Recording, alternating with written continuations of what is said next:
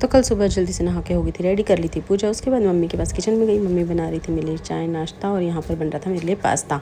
उसके बाद यहाँ पे मैं हो गई थी रेडी, कंघी वंगी करके थी, सारा फेस पे जो भी लगाना था वो लगा लिया। उसके बाद पी ली थी गर्मा गर्म चाय, उसके साथ खा ली थी ब्रेड। फिर उसके बाद यहाँ पर निकल गई थी मैं स्कूल के लिए। बस लेके पहुँच गई थी स्कूल। आती हूँ मेट्रो से, तो पहुँच गई थी यहाँ पर मेट्रो स्टेशन। दिन के 2-2:30 बज जाते हैं जब मैं आती हूँ। तो यहाँ पर जल्दी मेट्रो चल रही थी और मैं यहाँ पे पहुँच गई थी। नीचे गई तो बेटा वेट कर रहा था। पहले हम बच्चों को लेने जाते थे, अब बच्चे हमें लेने आते हैं।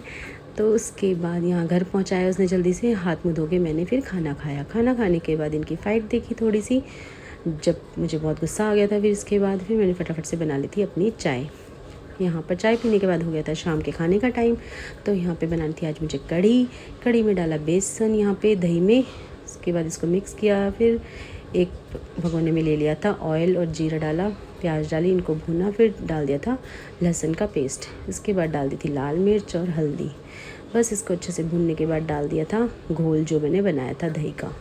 और यहाँ पर ये कढ़ी बस चलाते ही रहना। आपको पता ही है कि कढ़ी को नहीं चलाएंगे तो ये फट जाएगी।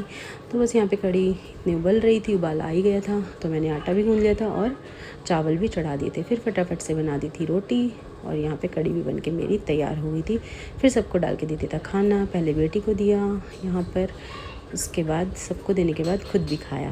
बस खाना खाने के बाद यहाँ पे बर्तन धोए और फिर एक पार्सल मंगाया था, वो भी आ गया था रात को ही। तो आज के लिए इतना ही, मिलते कल, बाय बाय।